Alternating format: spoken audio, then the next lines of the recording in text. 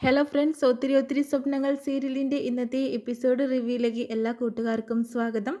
അങ്ങനെ തന്നെ എല്ലാവരെയും വിളിച്ചു വരുത്തുന്നുണ്ട്. കാരണം ഈ ഡേറ്റിനെ കുറിച്ച് പറയാൻ വേണ്ടിയിട്ടും അതിന് മുന്നേയായിട്ട് ധനപാലൻ പറയുന്നുണ്ട്, വർഷയുടെ ജാതക പ്രകാരം ഇപ്പോൾ എടുത്തിട്ടുള്ള ഡേറ്റ് കറക്റ്റാണ്, അതിലൊരു മാറ്റമില്ല. പക്ഷേ ജനന തീയതിയിലും അതുപോലെ തന്നെ സമയത്തിലൊക്കെ ചെറിയ വേരിയേഷൻ ഉണ്ടെങ്കിൽ ആകെ പ്രശ്നമായിരിക്കും വസു എന്ന് പറയുന്നു. ആ സമയത്ത് വസുന്ധരയ്ക്ക് ടെൻഷൻ ആവുന്നുണ്ട്. അവളുടേതെല്ലാം കറക്റ്റ് തന്നെ ആയിരിക്കില്ലേ, അത് പിന്നെ അങ്ങനെ തന്നെയല്ലേ ഉണ്ടാവൂ. എന്തായാലും കുട്ടികളെ വിളിച്ചിട്ടുണ്ട്, അവരിങ്ങോട്ട് വരട്ടെ. എന്തിനാ ആൻറ്റി വരാനായിട്ട് പറഞ്ഞത് എന്ന് ചോദിക്കുമ്പോഴത്തേനും അത് പിന്നെ ഡേറ്റ് എടുത്തു, ഈ മാസം 20-നാണ് വെഡിങ് ഡേ എന്ന രീതിയിൽ പറയുന്നുണ്ട് കേട്ടോ. അപ്പോഴത്തേനും അത് നിങ്ങളെ അറിയിക്കണമല്ലോ, നിങ്ങൾക്ക് ഇനി എന്തെങ്കിലും മാറ്റങ്ങളുണ്ടോ ഡേറ്റിന് എന്ന രീതിയിൽ ചോദിക്കുമ്പോഴത്തേനും എല്ലാവർക്കും ഈ ഡേറ്റ് എന്തായാലും ഫിക്സ് ചെയ്യാന്നുള്ള മട്ടിലാണ്. ആ സമയത്ത് വർഷമോൾക്കോ എന്ന് ചോദിക്കുമ്പോൾ എനിക്കെന്താ, എല്ലാവർക്കും സമ്മതമാണെങ്കിൽ അത് എനിക്കും. ശ്രീയേട്ടൻ സമ്മതിച്ചോ എന്ന് ചോദിക്കുന്നുണ്ട് കേട്ടോ.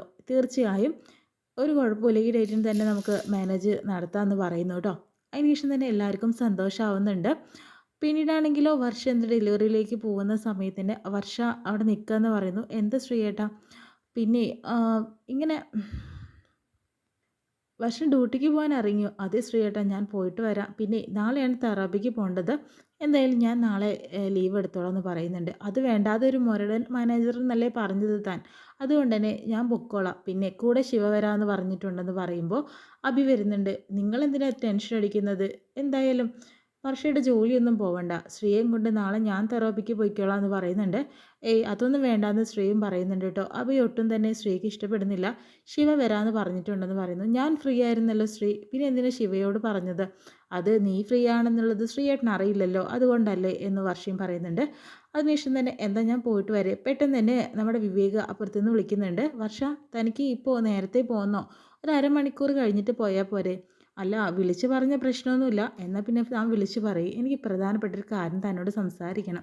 വൈകിട്ടായാൽ മതിയോ എന്ന് ചോദിക്കുന്നുണ്ട്. അപ്പോൾ ശ്രീനാഥ് പറയുന്നുണ്ട്, അതെന്താ വർഷം അങ്ങനെ പറയുന്നത്?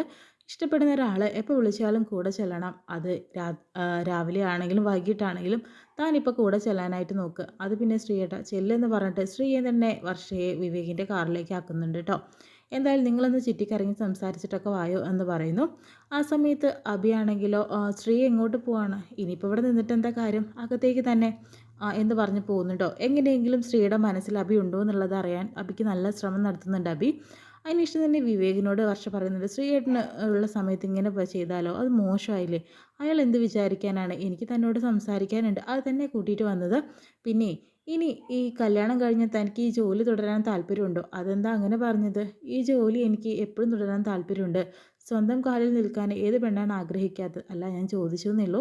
നമ്മൾ എങ്ങോട്ടാണ് പോകുന്നത്? ഒരു സ്ഥലം വരെ, തനിക്കൊരു സർപ്രൈസ് തരാനുണ്ടെന്ന് പറഞ്ഞിട്ട് കൂട്ടിക്കൊണ്ട് പോകുന്നു. പിന്നെയും അകത്തേക്ക് കയറിയിട്ട് ശ്രീയോട് നമ്മുടെ അഭി ചോദിക്കുന്നുണ്ട്, ശ്രീ ഇനി എന്താണ് ഫ്യൂച്ചർ പ്ലാനിങ് കാര്യങ്ങളൊക്കെ ചോദിക്കുന്നുണ്ട്. എന്ത് പ്ലാനിങ്? വർഷയോട് ഇനി എങ്ങനെയുണ്ട് ശ്രീയുടെ സമീപനം? വർഷ എൻ്റെ മനസ്സിൽ ഇപ്പോഴും ഉണ്ടെന്ന് പറയുന്നു. അപ്പോൾ വിവേകമായിട്ടുള്ള വർഷയുടെ കല്യാണത്തിന് ശ്രീ എന്താ അഭിനയിച്ച് തകർക്കുകയാണെന്ന് ചോദിക്കുന്നുണ്ട്. അഭിനയിച്ച് തകർക്കുമോ? ശ്രീ, എൻ്റെ മനസ്സിൽ വർഷയുണ്ട്, വർഷയുടെ മനസ്സിൽ ഞാനൊരു രക്ഷകർത്താവിൻ്റെ പോലെയാണ്, അതുപോലെ തന്നെ വർഷയെ ഞാൻ എൻ്റെ ഉള്ളത് എന്ന രീതിയിൽ പറയുന്നുണ്ട്. അപ്പോൾ പിന്നെ ഈ മനസ്സിൽ വേറെ ആർക്കെങ്കിലും സ്ഥാനമുണ്ടോ? ഇനി എൻ്റെ മനസ്സിൽ ഒരാൾക്കും സ്ഥാനം ഉണ്ടാവില്ല എന്ന് പറയുന്നുണ്ട്. ഞാൻ കുറച്ച് നേരം കിടക്കട്ടെ എന്ന് പറഞ്ഞിട്ട് ശ്രീ ഒഴിഞ്ഞു മാറാനായിട്ട് ശ്രമിക്കുന്നു. എങ്ങനെയെങ്കിലും ശ്രീയുടെ മനസ്സിൽ നമ്മുടെ അഭിക്ക് സ്ഥാനം ഉണ്ടോ അറിയാൻ വേണ്ടിയിട്ടുള്ള ഒരുപാട് ശ്രമങ്ങൾ അഭി നടത്തുന്നുണ്ട് കേട്ടോ. പിന്നെയാണ് ഈ വസുന്ധരയാണെങ്കിലും കല്യാണ ടെൻഷനിൽ ഇങ്ങനെ നടക്കുകയാണ്. കാരണം പെട്ടെന്നായില്ലേ ഡേറ്റൊക്കെ തീരുമാനിച്ചത്, ഇനി എന്ത് ചെയ്യും, കുറേ കാര്യങ്ങൾ ചെയ്ത് തീർക്കാനുണ്ടെന്നൊക്കെ ധനം വരുന്നുണ്ട് കേട്ടോ. എന്താ വാസു ഇങ്ങനെ ടെൻഷനായിട്ട് നടക്കുന്നത്? അല്ല, ഇനി അധിക ദിവസമൊന്നുമില്ല കല്യാണത്തിന്, ഇനിയിപ്പം നമ്മൾ എന്ത് ചെയ്യും, എന്തൊക്കെ കാര്യങ്ങൾ ചെയ്തു തീർക്കണം? അത് പിന്നെ നീ ഇങ്ങനെ ടെൻഷൻ അടിച്ചാൽ എങ്ങനെയാണ് ശരിയാവുന്നത്? നമുക്ക് ഇനിയും ദിവസങ്ങളുണ്ടല്ലോ. പിന്നെ ടെൻഷൻ അടിച്ചിട്ട് ഓരോ വയ്യാവേലി വരുത്തി വലിക്കണ്ട. വയ്യാതെ ആയി കഴിഞ്ഞിട്ടുണ്ടെങ്കിൽ കല്യാണത്തിന് ആകെ പ്രശ്നവും. താൻ വന്ന് കിടന്നേന്ന് പറഞ്ഞിട്ട് ധനപാലൻ വസുന്ധരയും കൂട്ടിക്കൊണ്ട് പോകുന്നു കേട്ടോ. പിറ്റേ ദിവസമാണെങ്കിലോ നമ്മുടെ ശ്രീയും അതുപോലെ തന്നെ അഭിയും നമ്മുടെ ശിവയും കൂടി ഇരുന്ന് സംസാരിക്കുന്നുണ്ട്. സേവ് ദ ഡേറ്റും എല്ലാം തന്നെ നമ്മൾക്ക് അടിപൊളിയാക്കണമെന്ന്. അങ്ങനെ സേവ് ദ ഡേറ്റ് എവിടെ ഷൂട്ട് ചെയ്യാൻ പറ്റിയ സ്ഥലവും എങ്ങനെയാണ് ഷൂട്ട് ചെയ്യേണ്ടതെന്നൊക്കെ ഓരോരുത്തരും ഓരോ അഭിപ്രായം പറഞ്ഞുകൊണ്ടിരിക്കുകയാണ്. പക്ഷേ അതിൽ ശ്രീനാഥ് നല്ലൊരു ഓപ്ഷൻ അവിടെ കൊണ്ടുവരുന്നുണ്ട് കേട്ടോ. അതായത് ഒരു ബോട്ടിലൊക്കെ വെച്ചിട്ടുള്ള ഒരു തോണിയിലൊക്കെ വെച്ചിട്ടുള്ള ഒരു സീനായിരിക്കും നമ്മൾ ക്രിയേറ്റ് ചെയ്യാൻ പോകുന്നത്. അത് ഏറ്റവും നല്ല രസം ഉണ്ടാവുമെന്ന് പറയുന്നു. അപ്പോൾ തന്നെ ഇത് കൊള്ളാം, ഇത് നമുക്ക് ഫിക്സ് ചെയ്യാമെന്ന് പറയുന്നുണ്ട്. ആ സമയത്ത് വിവേകും അതുപോലെ തന്നെ വർഷയും വരുന്നുണ്ട് കേട്ടോ. എന്താ നിങ്ങൾ ആലോചിക്കുന്നത്? നമ്മൾ സേവ് ദ ഡേറ്റ് ഗംഭീരമാക്കാനായിട്ട് ആഗ്രഹിക്കുന്നു. അപ്പോൾ അതെങ്ങനെ നിങ്ങൾ പ്ലാൻ ചെയ്തതെന്ന് ചോദിക്കുന്നുണ്ട്. ശ്രീനാഥിൻ്റെ പ്ലാനിങ് ആണ്. അത് ജസ്റ്റ് ഒരു വെറൈറ്റി എന്ന രീതിയിൽ ഞങ്ങൾ കൊണ്ടുവരാൻ തീരുമാനിച്ചു. അതായത് കായലിൽ വെച്ചിട്ട് തന്നെ ബോട്ടിലും അതുപോലെ തന്നെ തോണിയിലൊക്കെ വെച്ച്, തോണിയാണെങ്കിൽ എനിക്ക് പേടിയാണെന്ന് വർഷം മുൻകൂട്ടി തന്നെ പറയുന്നുണ്ട്. അല്ല, ബോട്ടിൽ വെച്ചിട്ട് തന്നെ, താൻ വിഷമിക്കേണ്ട കാര്യമൊന്നുമില്ല, അടിപൊളിയായിട്ടായിരിക്കും വരിക.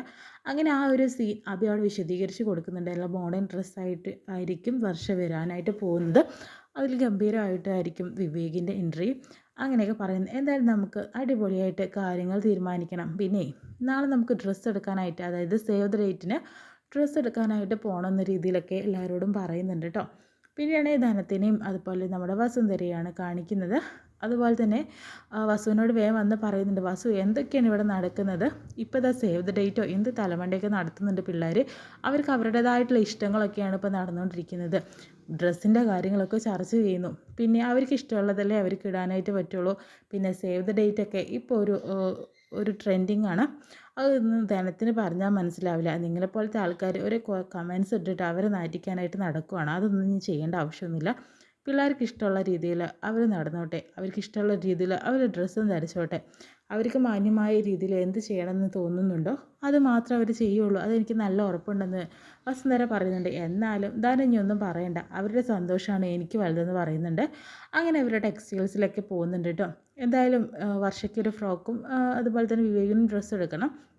ആ സമയത്ത് എല്ലാവരും കൂടി രണ്ട് ഗ്രൂപ്പായി തിരിയുന്നുണ്ട് കേട്ടോ. അതായത് രണ്ട് ഗ്രൂപ്പുകാരും നല്ല ഡ്രസ്സ് എടുത്തിട്ടുണ്ടെങ്കിൽ ഫുഡ് എന്തായാലും നമ്മുടെ വിവേകിൻ്റെ വകയാണെന്ന് പറയുന്നു. അങ്ങനെയാണെങ്കിൽ ശ്രീയുടെ കൂടെ ഞാനും വർഷയ്ക്ക് ഡ്രസ്സ് എടുക്കാൻ തരാമെന്ന് പറയുന്നുണ്ട്.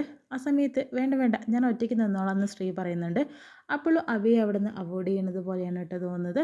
എങ്കിൽ അഞ്ചും ഞാനും കൂടി, അതായത് ശ്രീയും അഞ്ചും കൂടി വർഷയ്ക്കുള്ള ഡ്രസ്സ് നോക്കാം. അതുപോലെ അഭിയും ശിവയും കൂടി വിവേകിനുള്ള ഡ്രസ്സ് നോക്കാം. വിവേകും വർഷയാണെങ്കിൽ ഇതെല്ലാം കണ്ടുകൊണ്ട് മാറി നിൽക്കുന്നുണ്ട്. ആ സമയത്ത് ഡ്രസ്സ് സെലക്ട് ചെയ്യുന്ന സമയത്ത് തന്നെ അഭി തനിക്ക് വേണ്ടിയിട്ടുള്ള ഡ്രസ്സ് അവിടെ സെലക്ട് ചെയ്യുന്നുണ്ട് കേട്ടോ. അവളുടെ ഇഷ്ടമാണ് ഓരോ കാര്യങ്ങൾ നോക്കിക്കൊണ്ടിരിക്കുന്നത്. ഇത് പെട്ടെന്ന് അഞ്ചു കാണുന്നുണ്ട് കേട്ടോ. അങ്ങനെ അങ്ങോട്ട് വരുന്നുണ്ട് അഞ്ചു. നിൻ്റെ ഈ പരിപാടിക്ക് എനിക്ക് ഇഷ്ടപ്പെട്ടു, ഞാനും നോക്കട്ടെ എന്ന് പറയുന്നു. ഡ്രസ്സ് എടുക്കാൻ പോവാന്ന് പറഞ്ഞിട്ട് നമ്മുടെ ശിവ അവരെ രണ്ടുപേരെയും അങ്ങോട്ടും ഇങ്ങോട്ടും ആക്കുന്നുണ്ട് കേട്ടോ. പെട്ടെന്ന് തന്നെ വിവേകിനുള്ള ഡ്രസ്സായിട്ട് വരുന്നു. പക്ഷേ ഇതൊരു കുറച്ച് ഡാർക്ക് കളറാണ്. കുറച്ച് ലൈറ്റ് ആകുമ്പോഴാണ് ഫോട്ടോയിലൊക്കെ അടിപൊളിയായിരിക്കുള്ളൂ എന്ന് വിവേകം പറയുന്നുണ്ട്. അപ്പോൾ ഇത് ഇഷ്ടപ്പെട്ടില്ല. അങ്ങനെ വർഷയ്ക്ക് ഒരു ഫ്രോക്ക് കൊണ്ടുവരുന്നുണ്ട് കേട്ടോ. ആ സമയത്ത് ശ്രീയും പറയുന്നുണ്ട്, കുറച്ചും കൂടി നല്ല കളർ നോക്കുകയായിരിക്കും നല്ലത്, ഇച്ചിരി ഡാർക്കായിട്ടുള്ള കളേഴ്സിനേക്കാളും നല്ല ലൈറ്റായിട്ടുള്ള കളേഴ്സ് തന്നെയാണെന്ന് പറയുന്നു. അങ്ങനെ എന്തായാലും അഭി പറയുന്നുണ്ട്, എന്തായാലും ഫുഡ് ഞങ്ങൾക്കാണ്, നിങ്ങൾക്കൊന്നുമല്ല, ഞങ്ങൾ സെലക്ട് ചെയ്തുകൊണ്ടേ ഇരിക്കുമെന്ന് പറയുന്നു. അങ്ങനെ രണ്ട് കൂട്ടരും കൂടി സെലക്ട് ചെയ്യണം കേട്ടോ ഡ്രസ്സൊക്കെ. എന്തായാലും അടിപൊളിയായിട്ടുള്ള ഡ്രസ്സായിരിക്കും രണ്ടുപേർക്കും കൂടി കിട്ടുന്നത്. എന്തായാലും ഇത്രയും കാണിച്ചുകൊണ്ടാണ് ഇന്നത്തെ എപ്പിസോഡ് വിശേഷം കഴിയുന്നത്.